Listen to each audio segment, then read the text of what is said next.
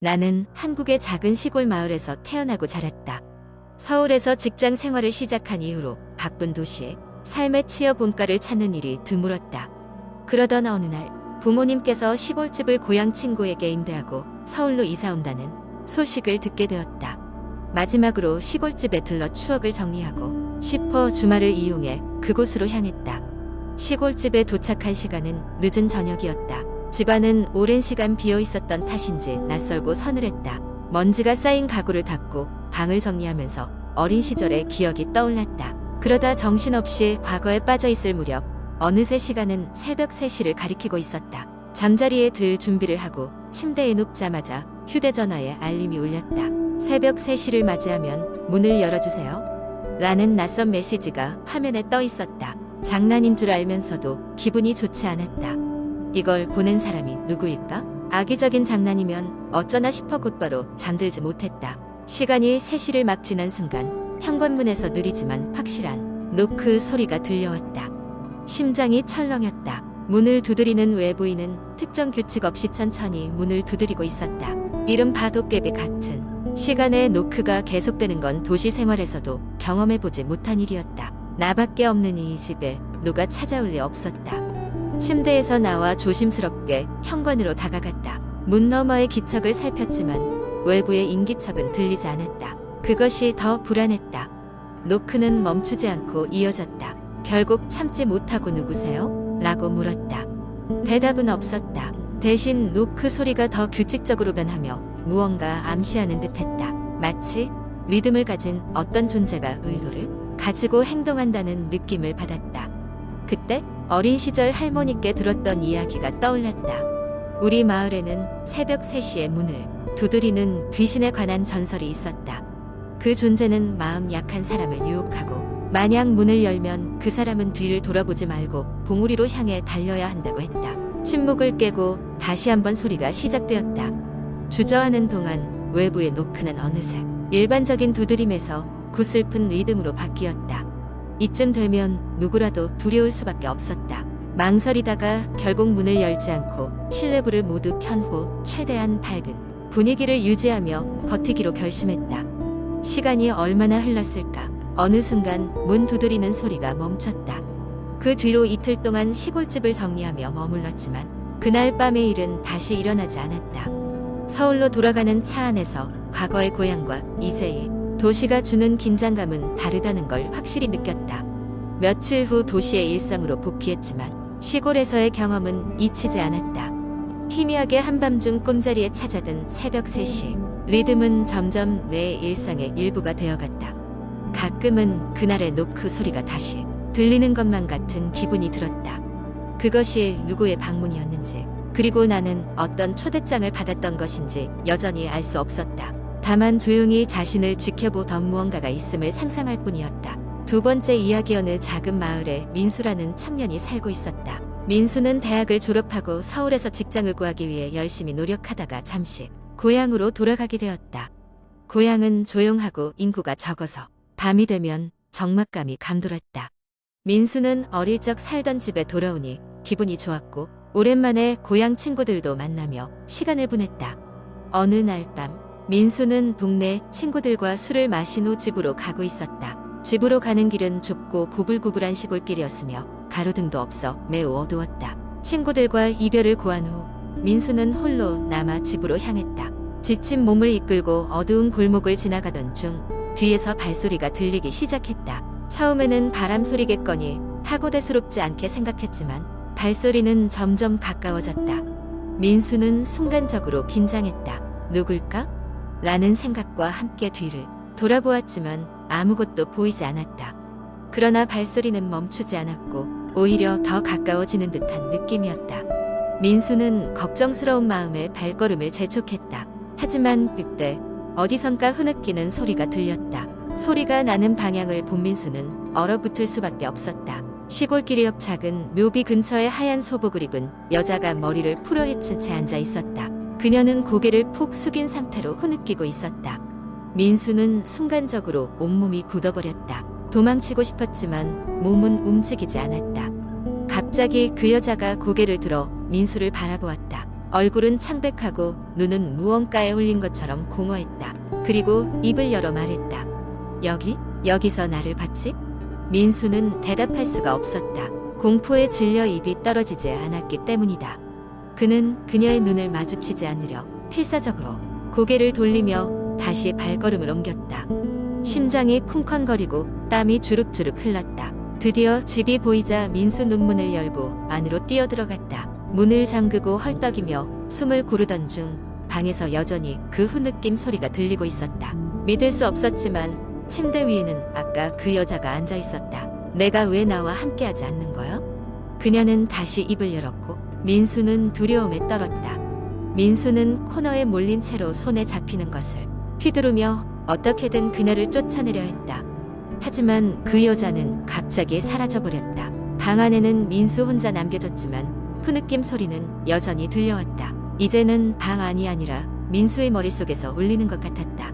그는 두 손으로 귀를 틀어막고 그 소리를 떨쳐내려 했지만 소리는 점점 더 커져만 갔다. 다음날 아침 민수는 지친 몰골로 발견되었다. 마을 사람들은 그날 밤 무슨 일이 있었냐고 물었지만 민수는 그저 아무 말도 하지 못한 채 고개를 저었다. 하지만 그날 이후로 민수는 그 길을 걸어가지 않았고 그 여자의 흐느낌 소리는 가끔씩 그의 꿈속에 나타났다. 그날 밤 이후로 민수는 더는 그 길을 걸어가지 않았고 그 여자에 대한 이야기는 마을의 전설로 남았다. 민수는 서울로 돌아갔지만 가끔씩 밤이 오면 귀가에 그 여자의 흐느낌이 들리는 것만 같았다. 그녀가 누군지 왜 나타났던 것인지 궁금했지만 그걸 알게 되는 날이 오길 바라지는 않았다.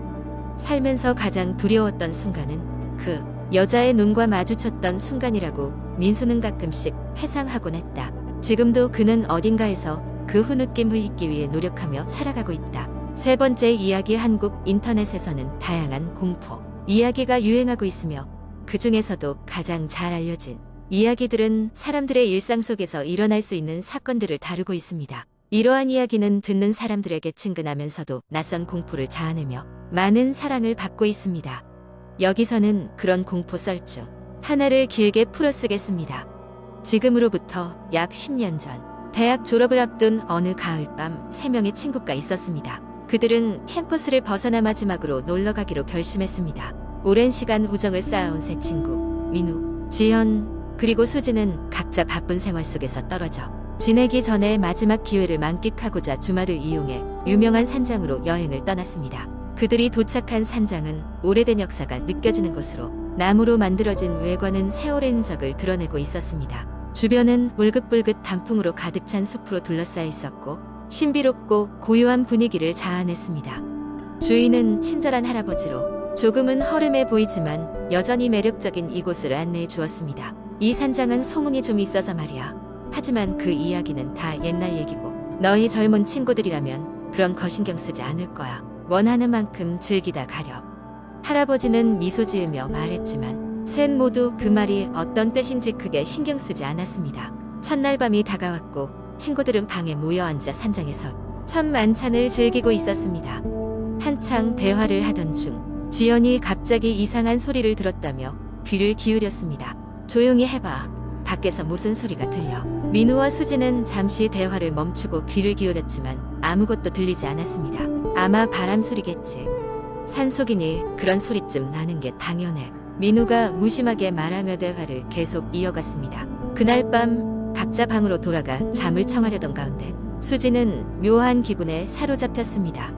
창밖에서 인기척이 느껴졌고 마치 누군가 자신의 방을 살피고 있는 듯한 소름 끼치는 느낌이 들었습니다. 그녀는 침대에서 일어나 창문을 살짝 열어보았지만 어두운 숲만이 그녀를 반길 뿐이었습니다. 그 다음날 기이한 일이 발생했습니다. 아침 식사를 끝낸 후 산책을 하러 나가려던 지연이 자신의 목에 작은 긁힌 자국이 난 것을 발견한 것입니다. 이거 기억나? 어젯밤엔 없던 것 같은데 어디서 긁혔지? 지연이 의아해하며 물었지만 아무도 그 이유를 알지 못했습니다. 그냥 가벼운 상처라고 생각하며 셋은 산책을 강행하기로 했습니다. 숲속을 걷다 보니 그들은 우연히 오래된 비석 하나를 발견하게 되었습니다. 낡고 다른 비석에는 불분명한 글씨들이 새겨져 있었지만 그들이 읽은 내용은 잊혀진 자의 영혼이 이곳에 잠들다 라는 문장이었습니다. 순간 수지는 비석을 가리키며 아마 옛날 이야기 중 하나일 거야. 우리가 어제 들었던 그 얘기 말이야. 라고 말했지만 불편한 기운은 쉽게 떨칠 수 없었습니다. 그날 밤 민우는 평소보다 더 깊은 잠에 들었습니다. 꿈속에서 그는 산장 안을 헤매고 있었고 알 수 없는 목소리가 그를 이끌었습니다. 목소리는 어둡고 깊은 남자의 목소리였으며 무언가를 절박하게 속삭이고 있었습니다. 민우는 점점 마음속에 불안감이 퍼져나가는 것을 느끼며 꿈속에서 깨어나기 위해 애썼습니다. 눈을 떴을 때 민우는 자신이 쓰고 있는 방이 문이 열려 있다는 것을 발견했습니다. 더욱 놀라운 것은 자신이 침대에 누워있던 것이 아니라 산장 1층의 거실 소파에 있었다는 점입니다. 무언가에 홀린 듯 걸어 내려온 듯한 기분이 들었습니다. 침대로 돌아와 다시 잠을 청하던 그는 불현듯 창밖을 보았고 어두운 숲속에서 누군가 자신을 바라보고 있는 듯한 착각에 빠졌습니다. 하지만 그저 나무 그림자라고 스스로를 안심시키려 애썼습니다. 밤이 깊어질수록 세 친구는 점점 더 강한 두려움에 사로잡히게 되었습니다. 각각의 방에서 공포스러운 경험을 하며 그들은 이 산장이 단순히 오래된 장소가 아니라는 생각을 떨칠 수 없게 되었죠. 다음 날 아침 수지는 더 이상 참을 수 없어 두 친구에게 모든 것을 이야기하기 시작했습니다. 내가 어젯밤 창문에서 뭔가를 봤는데 너무 무서워서 소리조차 낼 수 없었어. 그리고 그게 단순한 상상이라고 하기엔 너무 현실적이었어. 수진의 말을 듣고 두 친구 역시 자신들의 이야기를 풀어놓기 시작했습니다. 그들은 산장에서 벗어나기로 결심했습니다. 하지만 모든 것이 순조롭지는 않았습니다. 산장을 떠나려는 그들에게 주인은 이상한 미소를 짓고 억지로 그들을 붙잡으려 했습니다. 이들은 가까스로 산장을 벗어났고 집으로 돌아오는 길 위에서 서로의 경험을 정리하며 그곳이 단순히 오래된 산장이 아님을 깨닫게 되었습니다. 산장을 탈출한 후에도 이상한 악몽은 그들을 따라왔고 이들은 더 이상 서로 연락하지 않기로 했습니다. 그것이 그들의 우정을 지키는 유일한 방법이라는 생각 때문이었죠. 이후로 그 산장은 문을 닫았고 더는 찾는 사람이 없었습니다.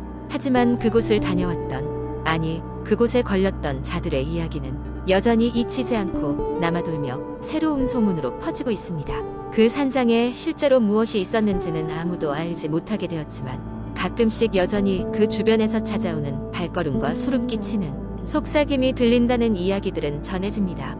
이런 소문은 시간이 지날수록 옛날의 이야기로 치부되기도 하지만 그곳에 실제로 무언가가 잠들어 있다면 언젠가 다시 깨어나 사람들의 기억 속으로 돌아올지도 모를 일입니다. 현재로서는 아무것도 확실히 알 수 없지만 이 이야기는 여전히 사람들의 기억 속에서 식히지 않는 공포로 남아 있습니다.